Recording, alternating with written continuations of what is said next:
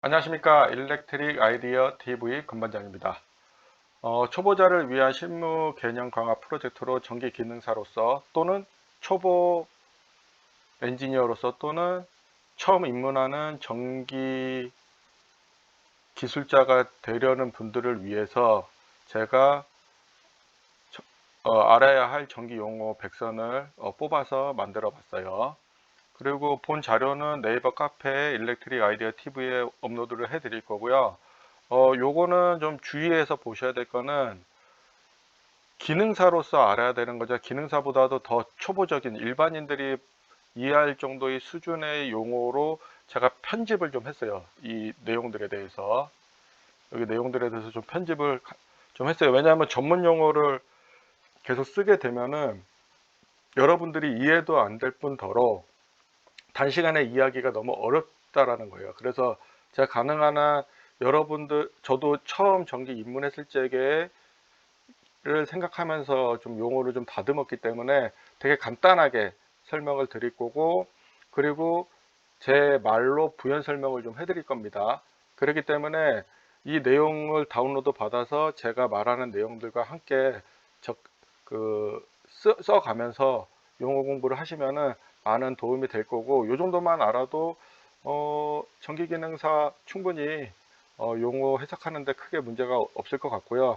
그래도 기본을 알아야 되기 때문에 그렇습니다. 그리고 나서 이게 쌓이고 여러분들께서 기능사 과정을 공부하면서 그때그때마다 나오는 용어들을 공부를 하시는 게 좀 좋을 것 같아서 이렇게 만들어 봤어요. 그래서 주의할 점을 제가 이제 말씀드린 겁니다. 그리고 저는 일렉트릭 아이디어 TV 유튜브 채널을 운영하고 있고요. 행복을 꿈꾸는 전기쟁이 네이버 블로그를 운영을 하고 있습니다. 시작할게요. 전기 기초 개념. 우리가 이제 전압 얘기 많이 나왔어요. 지금 현재 전기 기기 과목을 제가 이제 강의를 하고 있는데 전압 정말 많이 나와요. 전압은 우리가 영어로 볼테이지, 그 다음에 볼트라고도 V라고 씁니다. 볼테이지의 약자로 V라고 쓰고요. 전자의 이동을 일으키는 전기적 압력입니다. 압력, 프레셔를 뜻합니다. 전기적인 프레셔를 우리가 전압이라고 해요. 그 단위는 볼트를 씁니다. 그 다음에 전류는 전자의 흐름, 우리가 이제 영어로 커런트라고 하고요.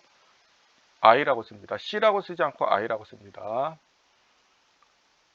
왜냐하면 이게 여기 쿨롱이랑도 연결되어 있기 때문에 I라고 우리가 일반적으로 쓰고 있고요. 전자의 흐름 단위로는 암페어라고 씁니다. 우리 전기기기에서 단위 500 암페어 이렇게 500 A라고 쓰는 게 이 암페어의 단위인 거예요. 그래서 단위만 보고서도 전류인지를 알고 전압의 단위만 보고서도 우리가 전압인지를 아는 거예요. 그 다음에 저항은 레지스턴스 R, 그 다음에 전류의 흐름을 방해하는 성질입니다. 그래서 단위는 이렇게 표시되어 있는데 옴이라고 있습니다. 옴. 거꾸로 뒤집으면 모우라고 있습니다. 근데 여기서는 뭐 옴만 알고 계셔도 충분하고요. 전기기능사 과정에서는요. 전력은 우리가 파워라고 읽고 P라고 있습니다. 단위 시간당 소비되는 에너지 해갖고 단위는 와트를 써요. 와트. 전력량은 우리가 와트에 그 아워만 붙이면은 우리가 전력량이 됩니다. 시간이 들어가게 되면 우리가 전력량이라고 합니다. 그 다음에 일정 시간 동안 소비되는 전력을 여기 시간이 들어갔죠. 그래서 그 이제 그 와트 아워인데 여기는 킬로를 붙여놨습니다. 킬로면 우리가 예를 들어서 그 1000kW를 1000와트를 와트 아워를 우리가 킬로와트 아워로 환산하게 되면은 1kWh 가 됩니다. 10의 3승이라고 제가 말씀을 드렸죠. 단위는 나중에 제가 환산하는 걸 표로 다시 업로드하고 여러분들에게 설명드릴 수 있는 시간이 있을 겁니다. 그 다음에 전화, 차지, Q 해가지고 전자의 전기량, 그래서 단위는 쿨롱이라고 하고요. 우리가 요거는 이제 콘덴서에 이제 전화량을 계산할 적에 많이 쓰고요. 얘는 이제 전화를 축적하는 힘을 나타내는 거라고 이해하시면 되고요. 이거는 우리 전기 자동차에 들어가는 배터리를 계산할 적에 상당히 중요한 팩터로 작용하는 용어예요. 단위는 쿨롱이라고 우리가 있고요. 전기자가 일렉트릭 필드 해가지고 전하 주위에서 작용하는 정기적인 힘. 우리가 전기장이라는 거는요, 쉽게 말하면 우리가 이제 이런 집 가정에서 사용하는 220볼트를 220볼트에 대해서는 전기장에 대해서 고려할 필요가 전혀 없어요. 왜냐하면은 낮은 로우 볼테이지의 전압이기 때문에. 하지만 우리 송전솔로 같이 22.9kV나 345나 아니면 6.6kV 아니면 3.3kV 이런 KV가 붙었잖아요. 단위 여기 볼트에 K가 붙으면은 1000단위가 되는 거잖아요. 그 정도로 큰 전압에서는 우리가 이제 전기장이 형성이 됩니다. 거기에 전류가 흐르게 되면은 전기적인 도체에 전류가 흐르게 되면 전자의 이동에 의해서 전기장이 형성됩니다. 그래서 그걸 우리가 일렉트릭 필드라고 하고요. 자기장은 전류가 흐를 때 발생되는 자기력의 영향 범위. 이제 우리가 이제 자석을 우리가 그 ANS 극이 있는 우리가 연구 자석을 놨을 적에 우리 학교에서 실험했을 적에 철가루를 뿌리게 되면은 이게 자력선이 형성되는 게 보이잖아요. 그걸 우리가 자기장이라고 합니다. 자기장. 그렇게 이해하시면 될 것 같고요. ohm의 법칙은 전압은 전류 곱하기 저항. 그래서 V는 IR이라는, 아까 처음에 R은 우리가 저항이라고 했죠. I는 우리가 전류라고 했어요. 여기서 이 ohm의 법칙이 엄청나게 많이 나오거든요. 이 ohm의 법칙은 교류에서 임피턴스랑도 연결이 돼서 우리가 사용을 하게 됩니다. 그래서 ohm의 법칙은 V는 IR, I는 R분의 V, R은 I분의 V로 환산해서 우리가 수식을 계산을 할 수가 있습니다. 그래서 뭐 수식적으로 뭐 저항은 전류에 반비례하고 전압에 비례한다. 뭐 이런 수식적으로 말로 얘기하는 것보다 그냥 공식을 제가 그냥 가지고 온 겁니다. 그다음에 줄열의 법칙도 우리 많이 쓰는데요. 이 줄열의 법칙은 쉽게 설명하면은 일정 그 전기 도체에 전류가 흐르게 되면은 그 저항과 전류의 자승에 비례한 이제 시간이 들어가죠. 전력량과도 좀 비슷한 의미를 가지고 있지만 이거에 대한 열량을 우리가 이제 발열이 되거든요. 전기 도체도요. 예를 들어서 전기 도체가 굵은 거와 작은 거와 봤을 적에 물을 우리가 똑같은 수압으로 보냈을 적에 여러분들 관이 굵은 거와 작은 거를 상대적으로 우리가 다르게 해서 보냈다고 하면 어느 게 물이 더 빨리 빠져나가겠어요? 굵은 게 많이 빠져나갈 거잖아요. 다이가 굵은 게. 작은 거는 계속 관에 부딪혀갖고 안 나가는 이거에 의해서 전류가 흐르게 되면은 열이 발생되는 것을 우리가 줄열의 법칙이라고 쉽게 이해하시면 좋을 것 같습니다. 그 다음에 직류, DC, 다이렉트 커런트, 한 방향으로 흐르는 거. 우리 전기기기 시간에 제가 직류교를 한번 설명을 드렸었어요. 그래서 한 방향으로 흐른다. 그래서 플러스 마이너스가 존재한다. 그다음에 교류는 alternating current, 교본하는 거. 방향의 플러스 마이너스가 주기적으로 사인파를 형성해서 간다. 그다음에 전압 강화, 볼테이지 드롭은 전선에서 발생하는 전압 손실인데요. 이게 우리가 저항에 의해서 발생되는 거예요. 저항에 의해서. 도체가 사실은 뭐 짧은 도체에서는 볼테이지 드롭이 생기지는 않지만은 우리 송전솔로와 같은 그런 장거리, 단거리, 중거리, 그 다음에 우리 그 플랜트 내에 이제 전기 배선을 하게 되면은 말단의 전압이 우리가 변압기에서 끌고 왔을 때의 말단 전압에서는 그 케이블의 그 저항 성분에 의해서 말단에서 볼테이지 드롭이 생깁니다. 그거에 대한 손실을 우리가 전압 강화라고 하고요. 우리가 발음이 왜 이러지 오늘? KEC 기준에 의하면은 볼테이지 드롭도 다 기준이 있습니다. 몇 프로 이하 관리하게끔 되어 있기 때문에 그거에 대한 의미. 그 다음에 전압 강화는 우리가 플랜트 내에서 전압 강화도 있지만 우리가 중거리, 단거리, 장거리 송전솔로에 전압 강화도 우리가 고려를 합니다. 그래서 이 전압 강화는 보통은 송정솔로에서는 OLTC를 가지고서 변압기 OLTC를 가지고 택권선을 이용을 해서 우리가 탭 체인징을 하면서 항상 레귤레이션 볼테이지를 우리가 형성해 준다고 말씀드렸잖아요. 그 다음에 단락은 숏서킷은 우리가 회로가 저항이 없이 단락되어 있는 상태를 우리가 그 숏서킷이라고 합니다. 이때는 우리가 단락 전류라고 해서 상당히 큰 전류가 회로에 흐르게 됩니다. 그래서 보통 우리가 이런 것들을 방지하기 위해서 우리가 차단기에 의해서 우리가 이제 프로텍션을 해주고 있죠. 프로텍션을 해주고 있고요. 그 다음에 개방회로 오픈 서킷은 회로가 오픈되어 있는 거. 그러니까 폐회로로 구성되어 있는 게 폐회로로 이렇게 닫혀 있는 구성이 아니라 전류가 계속 흐르는 게 아니라 끊어지면 전류가 흐르지를 못하거든요. 그 상태를 우리가 개방 회로라고 합니다. 그 다음에 접지는 우리가 이제 변압 전기기기나 솔로 또는 건물 내에 접지가 되어져 있는데 이런 접지 계통이 되어 있는 것은 고장이나 감전에 대한 보호를 위해서 우리 땅으로 이제 방류를 시켜주는 겁니다. 인체 저항보다는 땅에 접지되어 있는 저항이 더 낮기 때문에 밑으로 내려주는 거예요.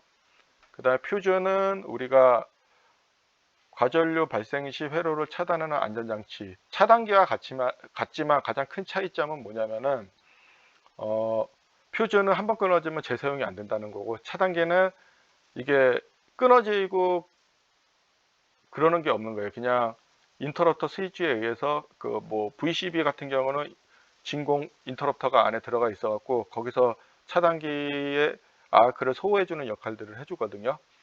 그렇기 때문에 얘는 계속 재생이 가능해요. 물론 뭐 만회, 3만회, 4만회 이렇게 횟수 제한이 물론 있지만 영구적인 건 아니지만 반영구적인 거죠. 근데 퓨즈는 한 번 딱 끊어지면 끝납니다. 그래서 우리가 그냥 일반 회로에 쓰는 저압 회로에 쓰는 퓨즈도 있지만은 우리가 고압이나 특고압 회로에 쓰는 전력용 퓨즈도 있습니다.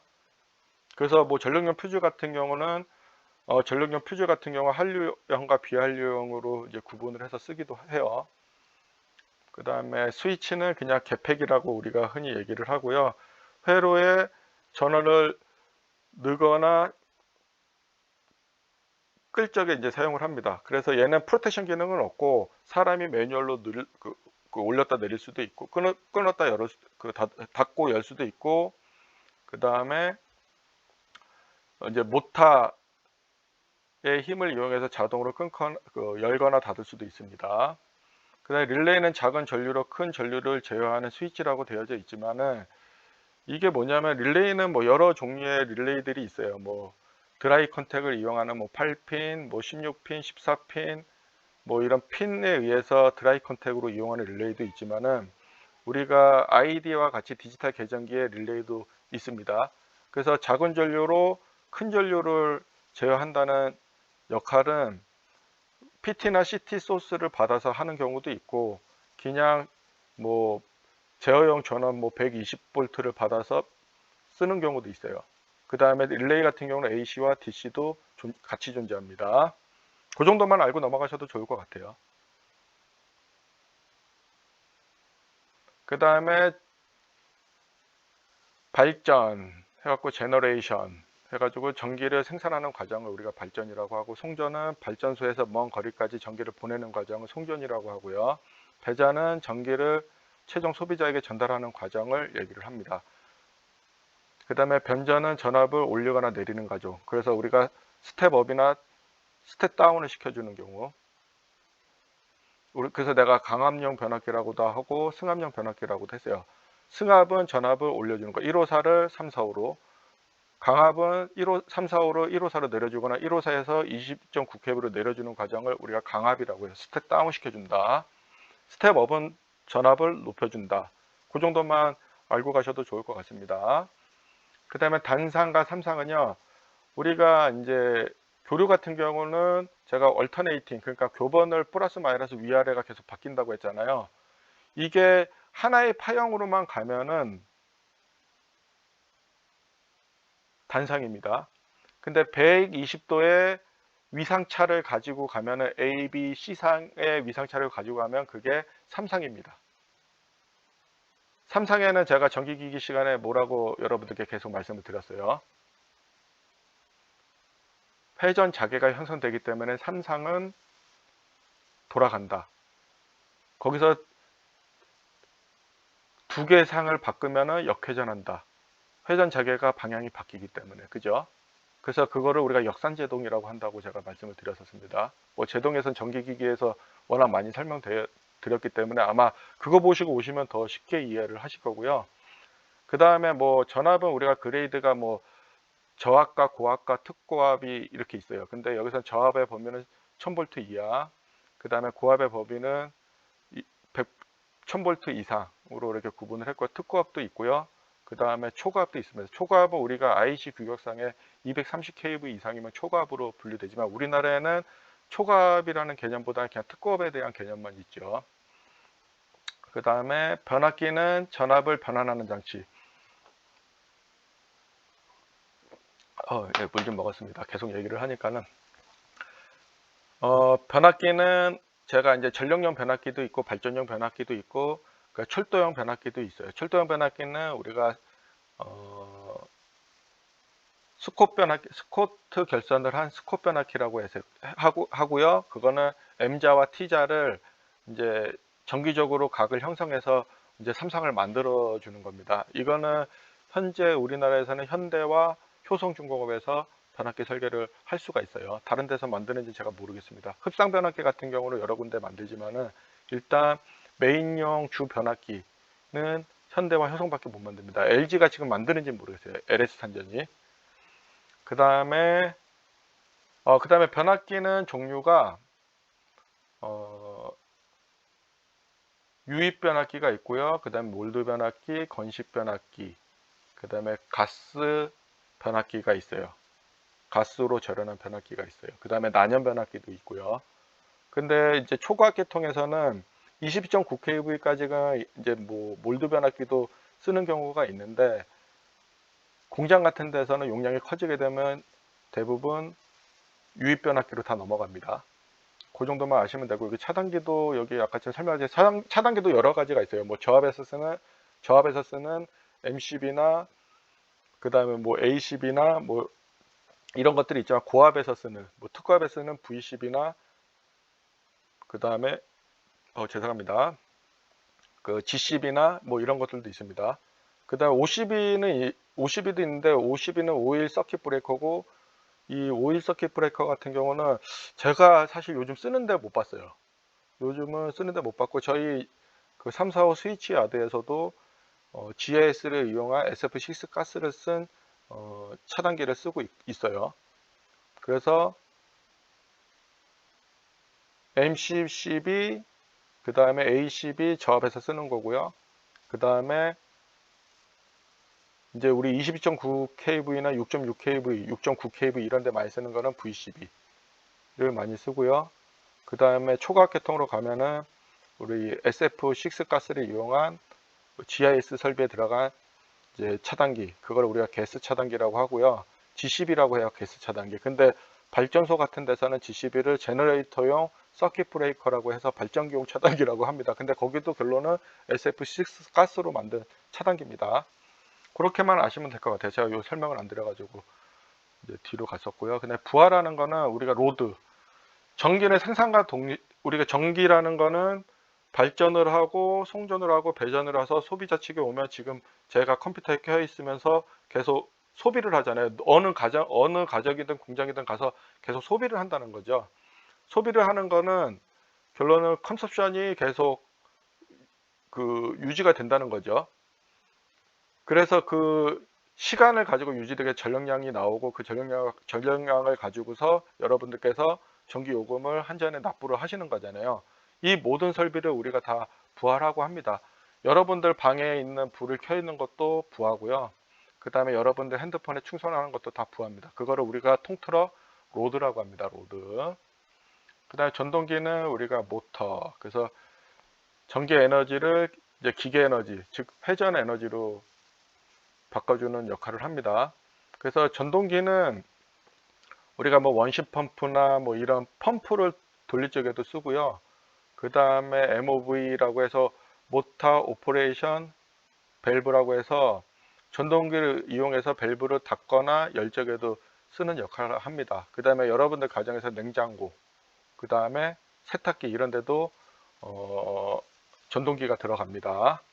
그 다음에 제너레이터는 전기를 이제 만드는 장치예요. 그래서 보통은 발전기는 제가 전기 기기 시간에 뭐라고 했어요? 터빈이라는 게 앞에 있어 갖고, 만약에 그 연료를 가스를 이용해서 터빈을 돌려서 발전기 샤프트 축에 있는 발전기를 돌려준다, 그러면은 가스 터빈 발전기라고 얘기를 했고요. 스팀, 하이 프레셔 스팀을 이용해서 돌린다, 그러면 우리가 그 스팀 터빈이라고 했어요. 그 다음에 발전기 축에 수차가 달려 있어요. 우리가 뭐 그 펠턴 수차나 프란시스 수차나 이런 수차가 달려 있어요. 그 수차에 의해서 발전기를 돌린다, 그러면 우리가 수력 발전이 되는 거예요. 그런 식으로 우리가 이제 붙이는 건데, 결론은 회전 에너지를 전기 에너지로 바꾸는 거를 우리가 발전기라고 하고요. 여기서 뭐 전동기도 나왔잖아요. 전동기는 크게 유도 전동기와 동기 전동기가 있고, 또 유도 전동기도 단상과 삼상으로 구분이 되잖아요. 동기 전동기는 우리가 그 거꾸로 돌리면은 발전기로도 쓸 수가 있는 거죠. 그래서 여기 유도 전동기와 동기 전동기를 보면은 교류전을 사용해서 회전하는 전동기, 그 다음에 동기 전동기는 동기 속도로 회전하는 전동기. 그러니까 유도 전동기와 동기 전동기와의 가장 큰 차이점은 뭘까요? 우리가 그 전기 기기에서 배웠을 적에 동기 속도, 싱크로너스 스피드로 도냐, 아니면 슬립을 고려한 속도로 도느냐에 따라서 유도 전동기인지 동기 속도인지 구분이 된다고 했죠. 그 다음에 그렇게만 아시고 넘어가시고요. 그 다음에 브러쉬는 우리가 이제 직류, 귀에서 보면은 그 정류자와 접촉하는 면을 우리가 브러쉬라고 한다고 했죠.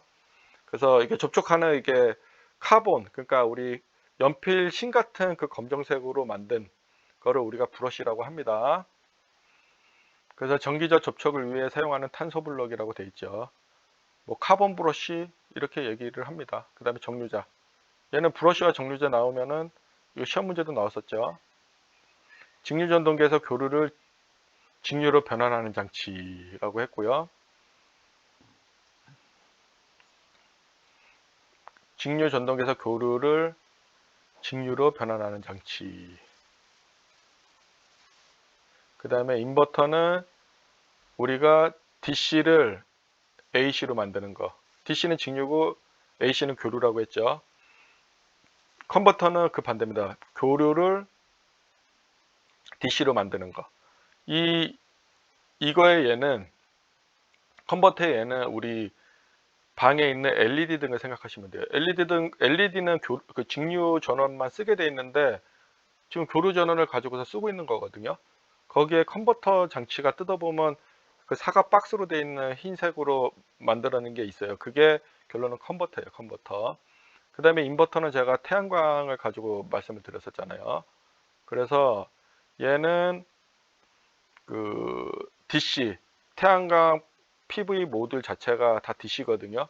그 직병렬 배치에 의해서 원하는 전압으로 우리가 이제 만들어내는데, 이 인버터는 DC를 AC로 만드는 가장 좋은 예고요. 태양광 설비는. 또 하나는 우리 자동차에 시동을 걸었을 적에 12V, 그 다음에 화물차 같은 거 24V가 나오잖아요. 그거를 우리가 그 가정용 조그마한 냉장고로 차에 이제 화물차 운전하시는 분들은 그걸 쓰거든요. 근데 거기에 DC용도 물론 있지만은 AC 전원을 바꿔서 쓰시는 분들도 계세요. 그거는 결론은 인버터를 쓰기 때문에 그런 거예요. 인버터도 요거 용량에 따라서 가격 차이가 올라가거든요. 용량이 크면 더 비싼 가격을 주고 사야 되는 거고요.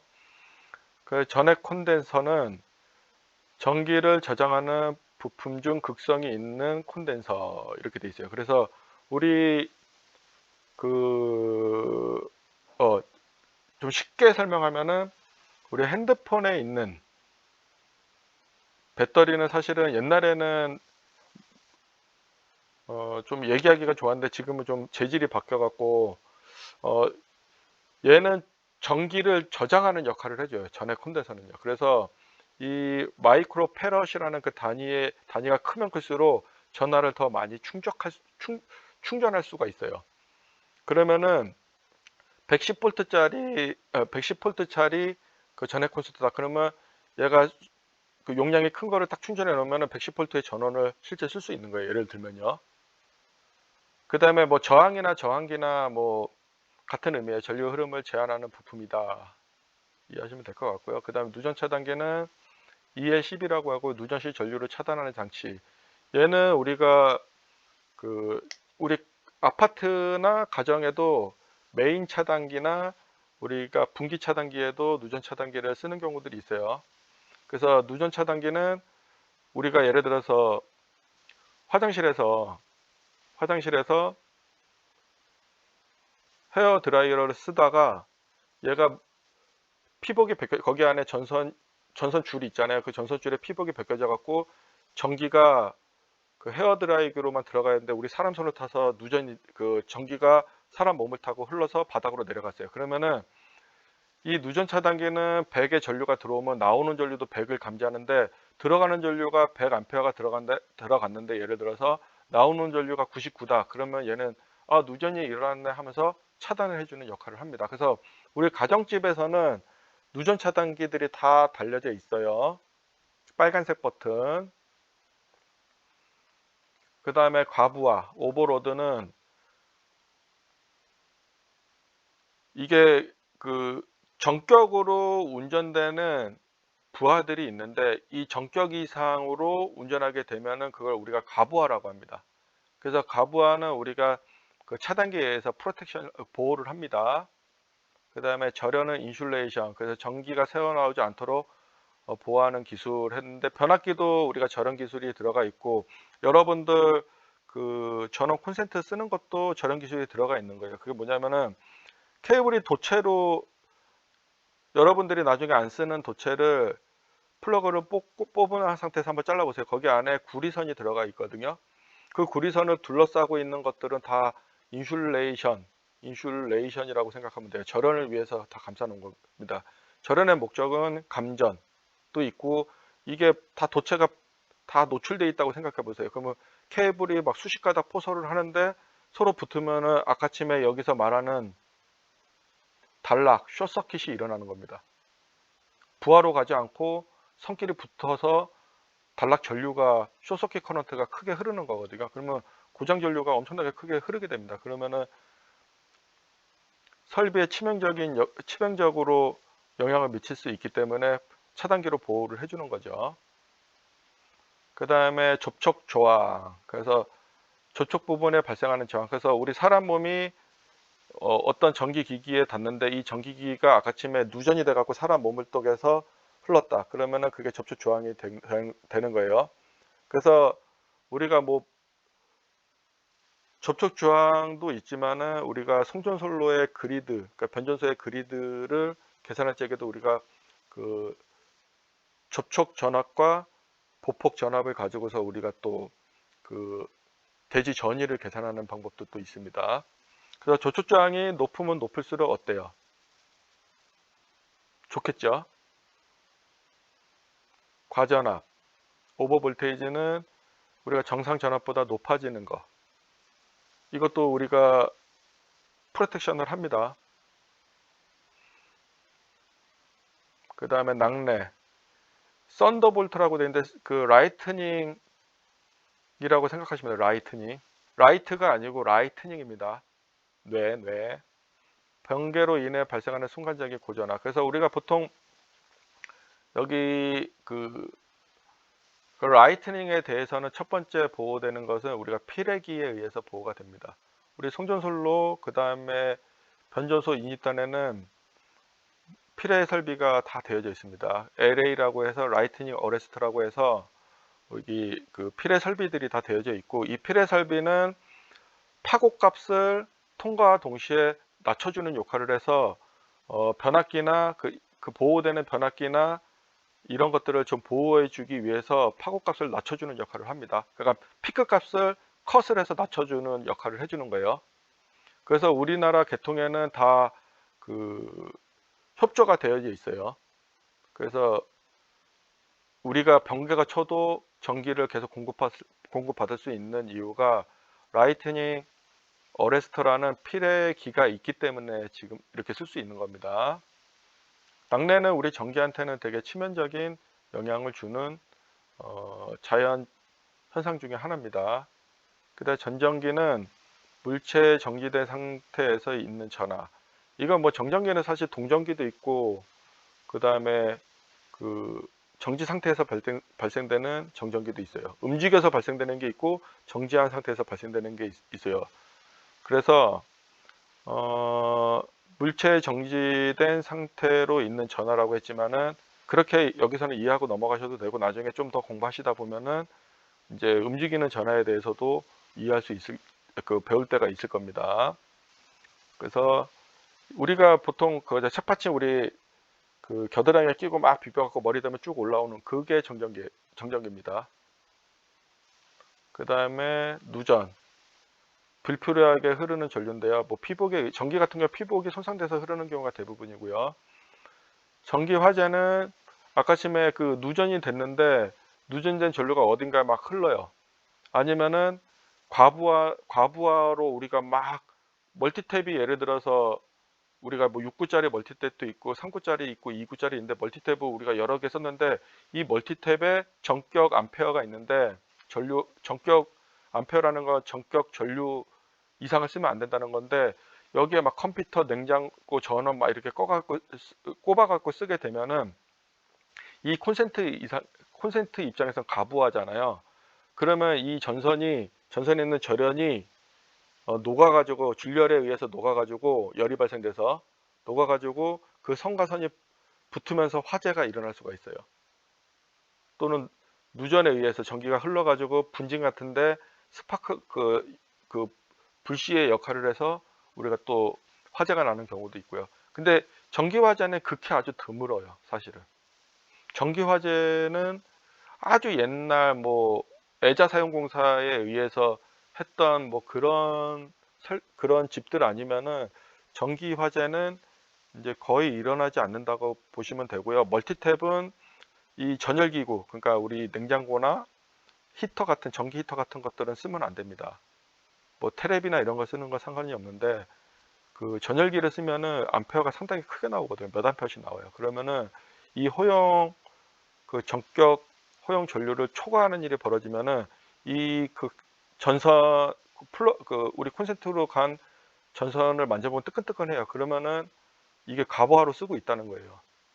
전류가 겁나게 많이 흐르는데 줄열의 법칙이 아까 전에 뭐라고 했어요? I 자승 R에 의해서 흐르고 이 전류가 계속 흐르게 되면 열이 발생되면 저항은 더 커져요. 그러면 악영향이 계속 이게 가중되는 거잖아요. 그 다음에 서지 보호기, 서지 프로텍터 또는 서지 업서버라고 합니다. 그래서 이거는 순간적인 전압 상승을 방지하는 것도 있고, 이건 통신용도 있고, 그 다음에 우리 태양광에도 우리 서지 프로텍터, 서지 업서버를 또 쓰기도 합니다. 이거 저압계통이라고 생각하면 되고요. 아까쯤에 제가 낙뢰 얘기하면서 LA 라이트닝 어레스터는 이제 좀 고압계통, 높은 전압계통에서 쓴다고 생각하시면 됩니다. 그래서 얘는 낮은 계통에서 전압을 쓰는 이제 그 순간적인 과전압에 대해서 보호를 해주는 장비다라고 여러분들이 이해하시면 좋을 것 같습니다. 그 다음에 아까 이게 KEC는 한국전기설비 규정이라고 해서요. 옛날에는 이제 전기설비 기술 기준이라는 게 있었는데 그게 2020년인가 뭐 21년인가 폐지되고 지금 KEC로 지금 우리가 지금 다 설치해서 KEC로 우리가 다 쓰고 있어요. 그래서 그 전에 그 한국전기설비 기술 기준에 의해서 쓴 거는 그냥 그때 기준은 그러니까 20년 기준으로 해서 그 전이면은 그냥 옛날 걸 사용해도 되고요. 그 이후서부터 나오는 건축물에 대해서는 다 KEC 기준이 적용됐다고 보시면 돼요. KEC 기준은 우리 IEC에 관련된 국제 기준을 맞춘 표준이라고 생각하시면 됩니다. 오늘 계속 헛말이 자꾸 나오네요. 피곤해서 그런지. 그다음에 전력 기술 기준 캐피, 그래서 전기 설비 설계 및 유지 보수 기준을 다루고 있고요. 전기 설비 기술 기준하고 ESTS 전기 설비 기술 기준을 다룬다. 그다음에 IEC는 국제 전기 표준 의회하고 국제적인 전기 표준 기구다. IEEE는 국제 전기 전자 공학회 하고 전기 전자 기술 분야의 국회 학회고요. 전기 기능사가 우리 나왔고요. 그다음에 절연 저항, 인슐레이션 레지스턴스 하고 저항의 절연 상태를 나타내는 값. 절연 저항이 큰 게 높을까요? 낮은 게 높을까요? 우리 절연 입장에서는 절연 상태를 측할 적에 메가 옴으로 우리가 이제 아까 전에 우리 저항의 단위 메가 옴을 배웠잖아요. 거기에 메가가 붙었다는 건 10의 6승인 거예요. 그럼 엄청난 절연이 돼 있는 값인 거죠. 그러니까 절연 저항이 크다는 거는 절연 상태가 좋네. 전기는 절연이 중요하거든요. 근데 전선의 굵기는 우리가 이제 허용 전류에 따라서 이제 구해지는 거고요. 그다음에 전기 설비를 우리가 전기적 장치 및 배선 시스템이라고 얘기를 하고요. 비상전원은 에머전시 파워, 그래서 정전 시 사용할 수 있는 대체 전원. 우리가 이제 비상전원은 우리가 UPS나 에머전시 디젤 제너레이터를 우리가 이제 주로 이제 백업 전원으로 쓰고요. 순간 정전을 우리가 방지하기 위해서는 UPS, Uninterruptible Power Supply를 쓰고요. 그리고 이제 이 UPS 전원은 배터리 용량에 따라서 뭐 20분이든 30분이든 1시간이든 버티게 돼 있지만 무한정 막 몇 시간씩 버틸 수는 없어요. 배터리 용량이 한계가 있기 때문에. 그래서 보통은 비상 발전기가 이제 돌 때까지 버티면 되는 거로 되어져 있습니다. 보통 발전소 같은 경우는 한 30분 정도 버틸 수 있게끔 돼 있습니다. 왜냐하면 이 UPS는 제어용 전원에 이제 공급을 해주는 전원들인 거예요. 왜냐하면 정전돼 갖고 발전소에 발전기가 막 돌고 있는데 제어를 못하는 상황이 벌어지면 안 되잖아요. 그래서 이 UPS로 그 전원을 계속 공급해주고 있고요. 이게 UPS도 형태가 두 가지로 이제 크게 분류가 됩니다. 비상시 운전 방식과 상시 운전 방식이 있어요. 상시 운전 방식은 우리 같은 이제 저희 회사 같은 이제 발전소 같은 경우는 상시 운전 방식을 통해요. 그래서 항상 그 충전돼 있으면서 그 충전된 전원으로 우리가 이제 계속 보내주는 거고요. 비상시 운전 방식은 평상시는 우리가 노말 파워로 우리 평상시 상전을 갖다 쓰다가 비상시만 빠르게 절체를 해서 이제 비상전원을 쓰는 개념인 거예요. 그러니까 절체는 신속하게 되기 때문에 뭐 이렇게 정전이 되지는 않아요. 그 다음에 61번 컨덕터, 전기를 잘 흐르게 하는 물질. 이게 도체죠, 도체. 우리 한국말로는 도체라고 합니다. 다이오드 배웠죠. 한 방향만 전류를 흐르게 하는 반도체. 우리가 단상 전파냐 단상 반파냐 할 적에 두 선에, 그러니까 단상이면 두 선이 나오잖아요. 두 선 중에 하나만 있으면 반파 정류라고 했고요. 두 개 양쪽에 있으면 전파 정류라고 했잖아요. 그래서 다이오드는 그런 데 쓰는 거고요. 트랜지스터는 전기 신호를 증폭하거나 스위칭하는 반도체 소자. 우리 예전에 반도체 장비 중에 트랜지스터 상당히 많이 썼었어요. 우리가 저 때는 초등학교 때, 이제 국민학교죠. 저 때는 국민학교 때 이제 그 AM 라디오를 우리가 만드는 게 있었는데요.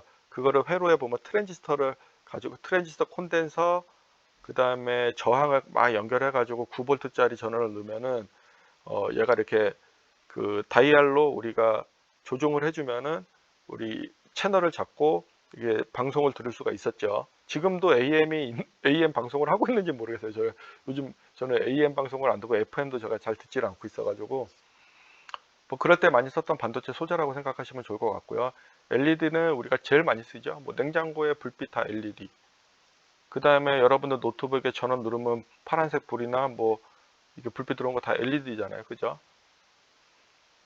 그래서 전기를 이용해 빛을 내는 반도체 소자. 그다음 코일은 자기장을 이용해 전기적 성질을 조절하는 장치.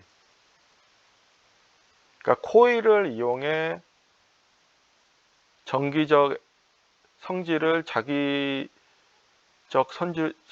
자기적 성질로 바꿔주는 거, 뭐 이렇게 해석해도 될 것 같은데요. 일단 코일만 원론적으로 보면은 우리가 코일이 사용되는 데는 그 회전기인 전동기와 발전기, 그 다음에 변압기에도 사용을 합니다. 그래서 이 코일은 우리가 전자 유도 현상을 일으키는 이제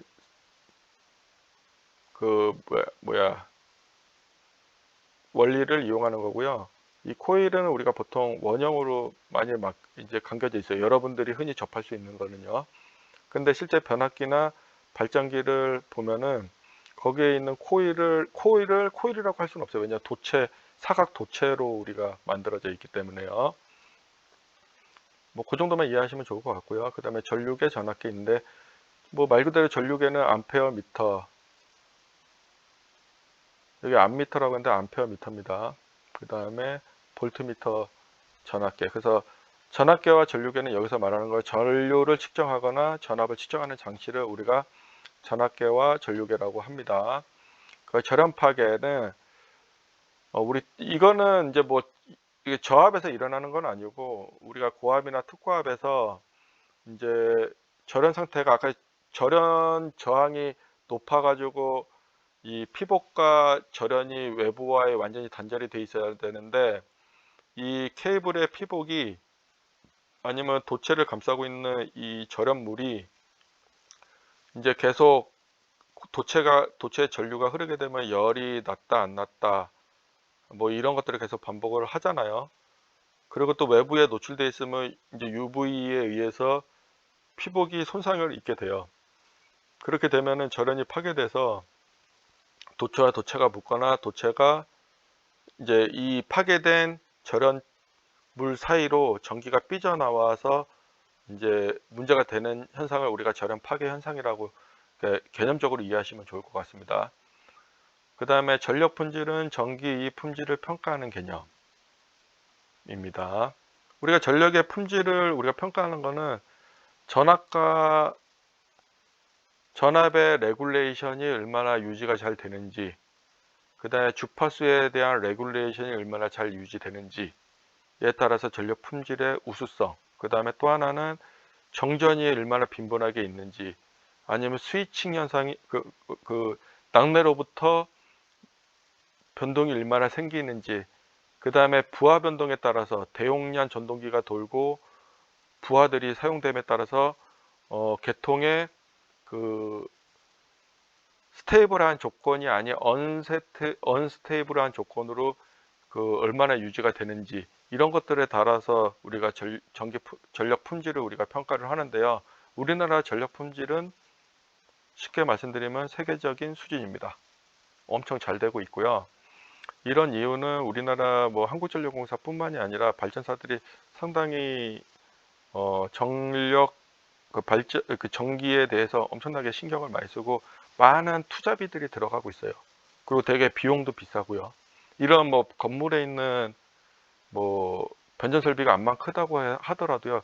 그런 설비랑은 그냥 조그마한 그냥 구멍가게 수준밖에 안 되는 그런 설비라고 생각하시면 돼요. 그 정도로 되게 많은 장비들이 들어가고 설비들이 들어가고 거기에 수많은 사람들이 수십 명에 있는 사람들이 24시간 계속 일을 하고 있어요. 그렇기 때문에 전력 품질이 우리가 정전된 적이 별로 없잖아요. 옛날에 제가 어렸을 때 막 전기 끊어져 갖고 촛불 켜고 막 이러는 경우들이 많았었는데 지금 뭐 전기 끊어지는 일이 뭐 번개가 쳐도 이게 뭐 그런 일이 없잖아요. 그죠? 그러니까 배선은 우리가 이렇게 전기의 선을 이렇게 까는, 회로를 구성하게 까는 하나의 일련의 행동이라고 보시면 됩니다. 그 다음에 배전반은 이게 전기 설비를 공부하신 분들은 배전반, 분전반 이거 얘기 되게 많이 나왔을 건데 여기서는 지금 이제 처음 나오는 건데, 그래도 전기 기초를 하시는 분들은 배전반이 뭐고 분전반이 뭐고 차단기 패널이 뭐고 이런 것들은 좀 알아 놓으시면 좋을 것 같아요. 이 용어들은 사실 일반화된 용어들은 요 두 개는 일반화된 용어지만은 얘는 일반화된 용어가 아닐 수도 있어요. 차단기 패널은. 왜냐면 배전반, 분전반에 차단기들이 안에 다 들어가 있기 때문에 뭐 차단기 패널이라고 뭐 얘기할 수는 없는 거죠, 사실. 그래서 이게 배전반은 우리가 프로텍션 릴레이와 차단기가 같이 들어가 있는 거. 분전반은 그거보다 좀 더 작은 개념. 그리고 여러분들 가정용에 그 흔히 어른들이 말하는 두꺼비 집이 분전반입니다. 이게 스위칭 보드라고 하는데 여기는 서브 패널이라고 하는데 우리나라에서는 스위칭 보드로 많이 부르고 얘는 디스트리뷰션 보드 맞습니다. 그 다음에 차단기 패널에 차단기를 설치하여 가부화를 방지하는 장치인데 이거는 표준 용어는 아닙니다. 그리고 절연 테이프는 우리가 케이블을 우리가 뭐 절단했다가 다시 연결하는 작업할 적에 붙이는 거. 그렇다고 해서 이게 우리 전력용 케이블은 뭐 60스퀘어, 뭐 65스퀘어, 뭐 100스퀘어. 우리 이제 제가 일하는 데는 650스퀘어짜리 이제 메인 케이블, 전력 메인 케이블이 XLP 케이블이 이제 쭉 깔려져 있는데요. 이거를 우리가 끊어가지고 단말작 이게 뭐 절연 테이프로 감는 그런 개념이 아니에요. 절연 테이프는 우리 가정에서 쓰는 전선을 다시 잘라서 어떤 거와 연결해서 쓰는 거 또는 우리 여러분들 눈에 보이진 않지만은 이 형광 여러분들 방 위에 있는 등 안쪽으로는 그 배선들이 다 연결돼 있어요. 이제 그 관공사를 해가지고 뭐 금속관이든 PE관이든 PVC관이든 플렉시블관을 이용해서 가요전선관을 이용해서 다 되어져 있는데 이런 것들을 전선을 연결점에 이제 우리가 슬리브 작업을 하든 와이어 커넥터를 이용해서 연결 작업을 하고 그거를 테이핑으로 감을 때 쓰는 거를 우리가 저런 테이프라고 합니다. 케이블 같은 경우는 우리가 스프라이싱 킷이 있어요. 그 접속용 킷이 있어요. 그거에 의해서 하고 그거는 우리 일반인들이 할 수 없고 그거에 대한 라이센스를 가지고 있는 분들이 제조사 뭐 LS 전선이나 대한전선이나 이런 그 가온전선이나 이런 케이블 업체에서 그런 전문가들이 와서 라이센스 가지고 있는 분들이 직접 합니다. 저도 그건 못해요.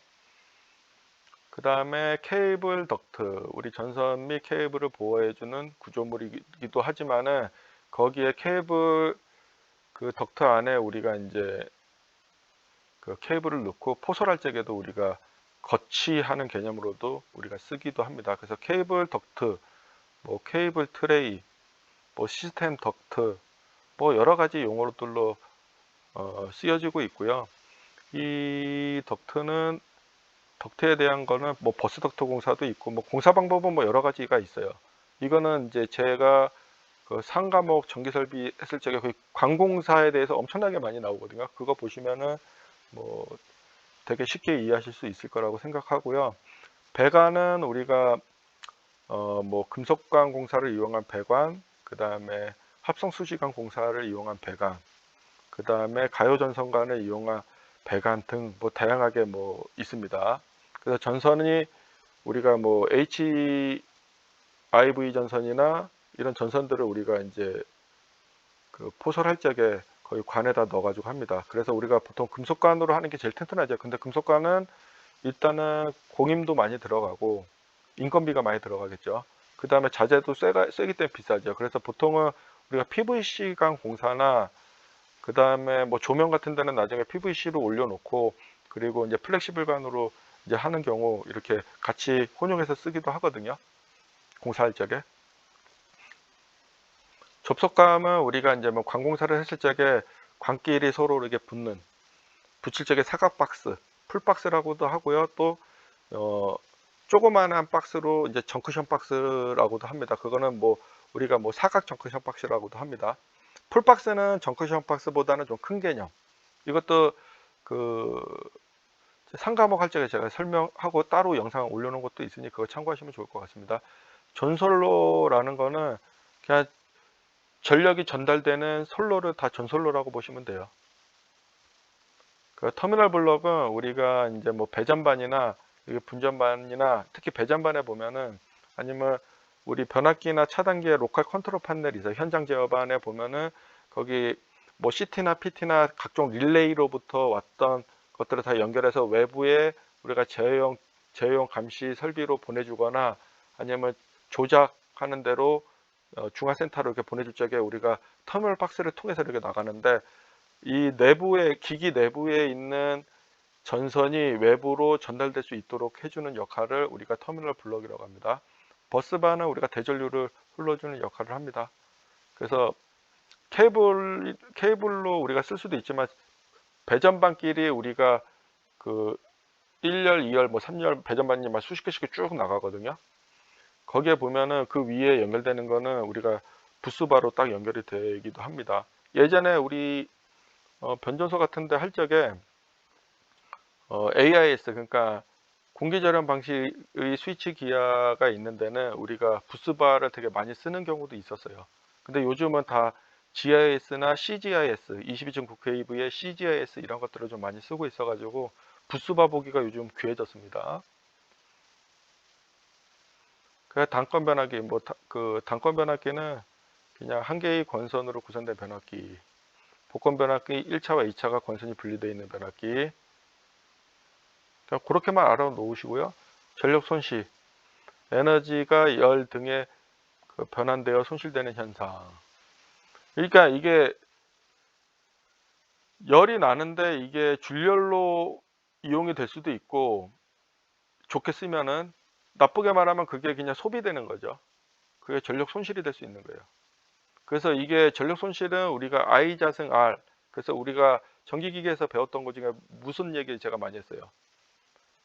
동선에서는 동선, 그 다음에 구리손, I 자승 R손. 이게 전력 손실입니다. 그래서 우리가 송전선로를 초고압으로, 그러니까 뭐 3, 4, 5나 76으로 장거리로 쫙 보낼 적에는 전력 손실을 줄이기 위해서 우리가 전압을 높여줍니다. 같은 용량에서 전압이 높여지면 전류는 낮아지잖아요. 그렇기 때문에 우리가 초고압 송전을 하는 거예요. 손실을 줄이기 위해서 목적은. 그 다음에 부하율, 로드 팩터, 최대 부하 대비 평균 부하의 비율. 역률은 파워 팩터, 유효 전력과 피상 전력의 비율. 그 다음에 무효 전력은 실제 일에 기여하지 않은 전력. 그냥 이렇게만 이해하셔도 충분해요. 피상 전력은 유효 전력과 무효 전력을 합친 거. 그 다음에 단락 전류는 아까쯤에 단락 상태를 우리가 얘기를 했을 적에 그때 흐르는 전류가 숏서킷 커런트라고 합니다. 그래서 단락 전류는 우리 전격 전류의 수십 배가 됩니다. 단락 용량은 차단 용량을 고려한 단락 전류, 차단 전류를 고려한 용량입니다. 그래서 우리가 보통 단락 용량 PS 같은 경우는 루트 3 VIS가 되거든요. IS는 단락 전류의 값이 들어갑니다. 그래서 차단기에서 차단기의 그 차단기 선정 시 우리가 단락 전류와 차단 용량이 고려가 됩니다. 그래서 보통 3, 4호 같은 경우는 63카를 많이 쓰고 있죠. 그 다음에 뭐 여기 피상, 무효, 유효 전력도 있거든요. 여기 유효 전력이 좀 빠져서 나왔는데요. 이 유효 전력을 높이고 무효 전력을 줄이는 게 좋고 가장 아이디어한 거는 피상 전력이거든요. 피상 전력. 그냥 VI로 그냥 출력하면 돼요. 루트 3 VI로 그냥 쓰면 되는데 거기에 무효 전력만큼 일을 안 하는 전력이 생기기 때문에 유효 전력이 그만큼 쓰는 전력이 좋은 거죠. 줄어들게 되는 거죠. 만약에 피상 전력과 무효 전력이 이퀄이다 그러면 그게 가장 아이디어한 거예요. 근데 교류에서는 그렇게 일어날 수는 없습니다. 현실적으로. 그 다음에 전압 조정률, 그래서 볼테이지 레귤레이션. 그래서 무부하와 부하 상태에서의 전압 변동률. 전압 조정률이 아니고 이거 잘못됐네요. 제가 전압 변동률입니다. 변동률. 혹시나 제가 이거를 업로드 그렇게 해도 제 영상 보신 분들은 전압 변동률로 이해하시면 돼요. 전압 변동률은 제가 공식 막 계속 말씀드렸잖아요. 큰 거 빼기 작은 거에서 작은 거로 나눠준 게 곱하기 100이 전압 변동률이다라고 제가 말씀드렸어요. 이 용어의 정의는 맞습니다. 어우 기네요. 지금 54분째 얘기를 하는데 여러분들도 힘들 것 같은데 그죠? 그래도 한 번씩 쭉 이렇게 제가 말하는 거 들어보고 건반장이 얼마나 잘 알고 있는지 한번 확인해 보세요. 예. 그래서 틀린 거 있으면 찾아내야지 이런 각오로 한번 쭉 들어보시면 좋을 것 같습니다. SCR은 실리콘 제어 정류기, 그래서 스위칭 및 정류에 사용되는 반도체 소자다. IGBT는 그 인슐레이티드 게이트 바이폴라 트랜지스터로 고전압, 그 대전류 고전압 스위칭에 사용되는 소재라고 했죠. 요거는 우리가 IGBT 같은 경우는 우리가 지금 UPS에도 그 DC 배터리 차저 설비나 UPS나 이런 데도 많이 쓰여져요. 그 다음에 모스펙 해갖고 금속 산화물 반도체 절연 효과 트랜지스터, 그래서 메탈 옥시드 세미컨덕터 필드 이펙트 트랜지스터. 그래서 필드 이펙트는 우리가 전기 효과죠. 세미컨덕터는 반도체고, 메탈 옥시드 그러니까 금속 산화, 그죠? 트랜지스터 이렇게 돼 있고, 솔렐로이드. 솔렐로이드는 전자기력을 이용한 기계적 동작을 수행하는 장치. 우리가 보통 솔렐로이드 밸브가 거기 안에 코일이 감겨져 있고요. 얘가 이제 여자가 되면 그 코일이 자석과 감겨져 있어 여자가 되면은 얘가 전자석으로 되면서 얘가 팍 당겨져요. 그래서 온오프 할 적에, 그래서 우리가 보통 브레이킹 할 적에, 크레인 브레이킹 할 적에도 솔렐로이드 밸브 많이 사용하거든요. 리덕턴스 이게 자기회에서 자기장의 흐름을 방해하는 물질인데 이게 리액턴스입니다. 리액턴스 이게 좀 잘못 설명됐는데요. 그 다음에 전자기 유도, 그래서 요거는 맞아요. 일렉트릭 마그네틱 인덕션 해갖고 자기장 변화에 의해 전류가 발생하는 현상. 변압기의 원리기도 하죠. 그죠? 그 다음에 히스테리시스 손실, 요거 엄청 많이 얘기했죠. 변압기와 전동기, 그 회전기가 있는데 회전기는 유도기와 동기기, 그 다음에 변압기. 여기에서 히스테리시스 로스는 항상 발생된다고 했어요. 그래서 우리가 히스테리시스 손실을 줄이기 위해서 변압기 같은 경우는 규소 강판을 쓴다고 했죠. 그죠? 그 다음에 와르손 같은 경우는 우리 변압기에서는 뭐라고 했어요? 성충으로 우리가 철심한다고 겹겁이 싼다고 했죠. 그래서 와르손을 줄이는 거고, 왜냐하면 두께의 자승의 손실이 비례하기 때문에 두께를 줄여주면 줄여줄수록 손실은 줄어든다. 단 너무 줄이게 되면은 우리 제작할 적에 적층할 적에 얼마나 힘들겠어요. 이거 헐렁헐렁 해가지고요. 그죠?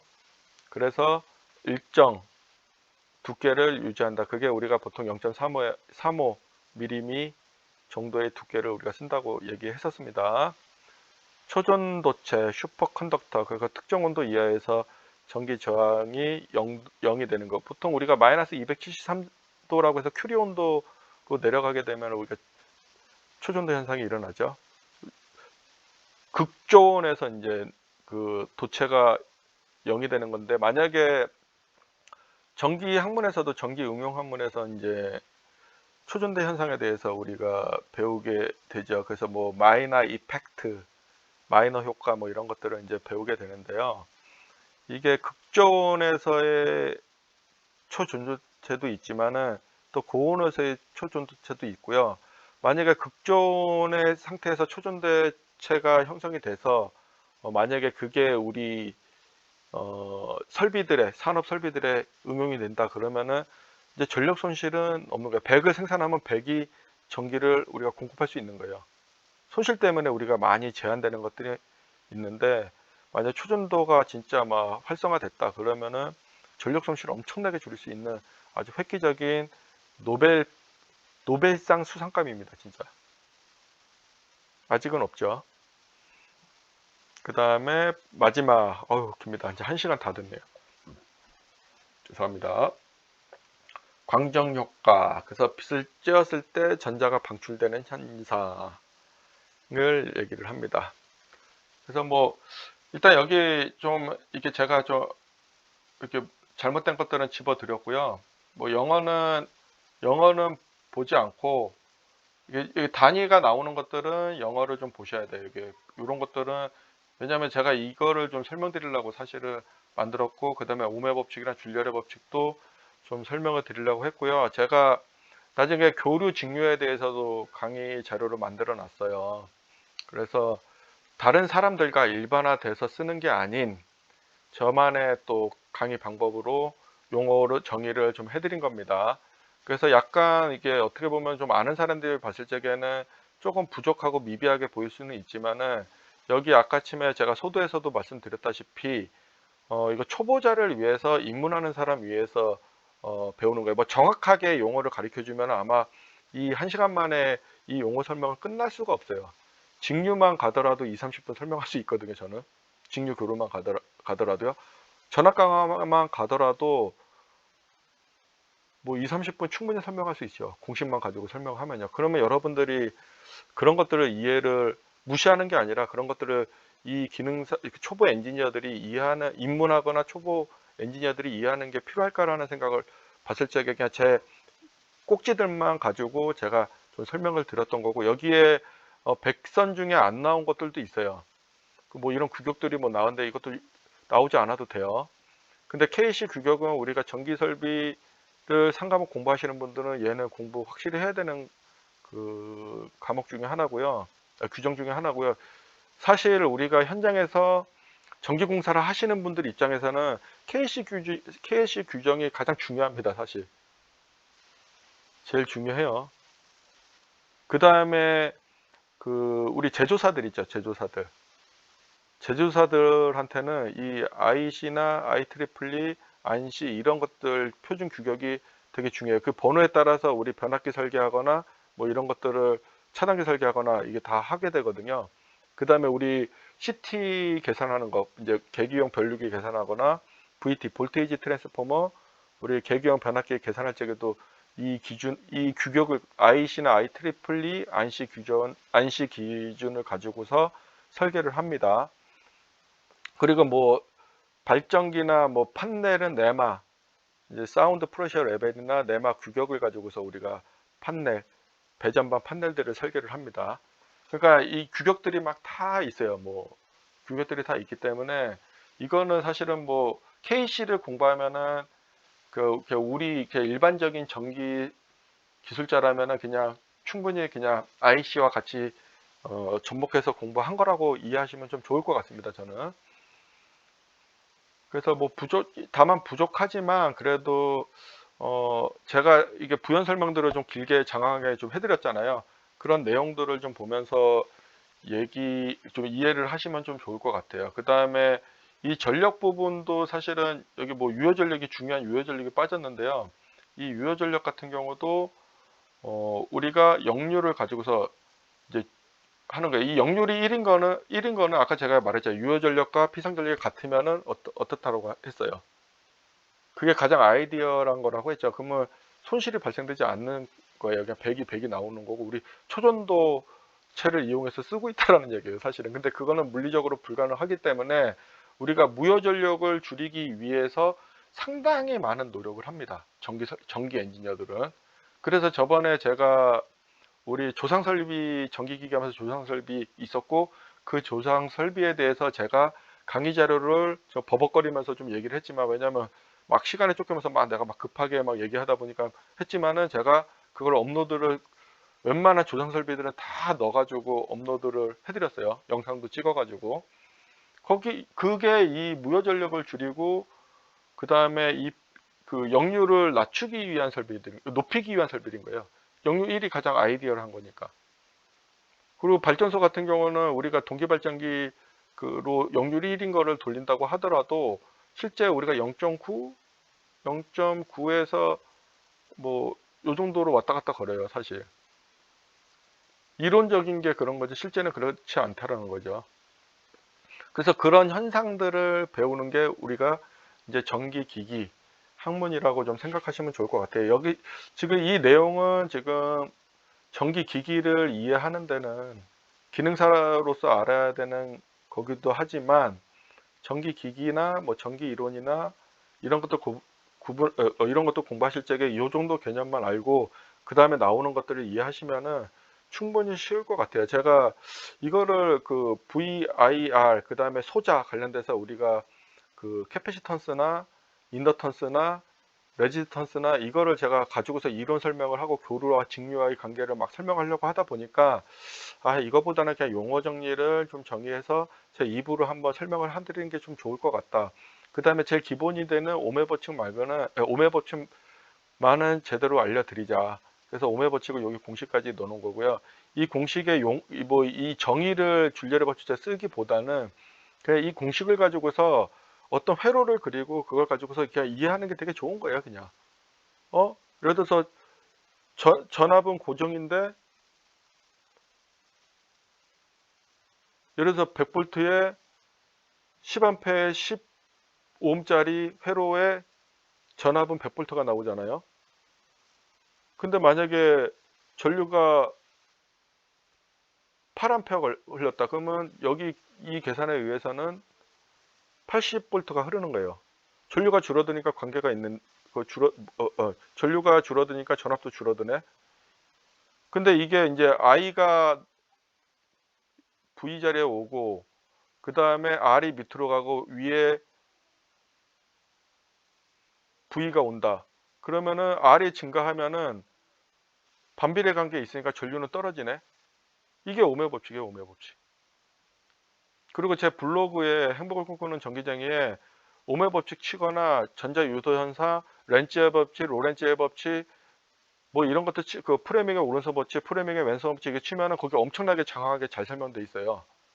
그래서 그거를 제가 전기 쪽에 이론 설명하는 거에 보면은 엄청나게 잘 설명돼 있기 때문에 그거 보셔도 되고요. 거기 되게 그 동그라미 원형을 가지고서 3등분 해가지고 제가 오메 법칙 관련돼 가지고 전력이랑 유효 전력이랑 막 관련된 것들을 한 번에 볼 수 있게끔 올려놨어요. 그래서 그걸 한번 찾아보시면은 확실히 이해되실 겁니다.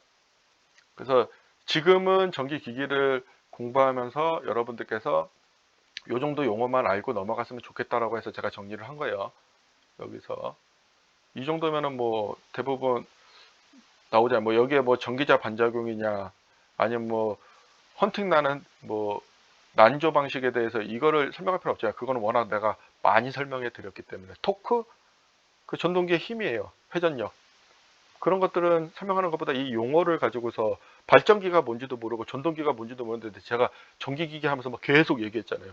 인버터는 뭔지도 모르고 컨버터는 뭔지도 모르고 역할이 뭔지를 모르는데, 물론 내가 이제 바꿔주는 역할을 한다라고 제가 설명을 다 드렸지만은 이거 한번 복습을 하고 다시 보시면 또 다를 거예요. 네, 장하게 1시간 7분 동안 영상 들으신다고 고생 정말 많으셨고요. 이 영상이 어, 여러분들한테 유용했으면 좋겠습니다. 예, 이상 설명을 마치겠습니다. 감사합니다.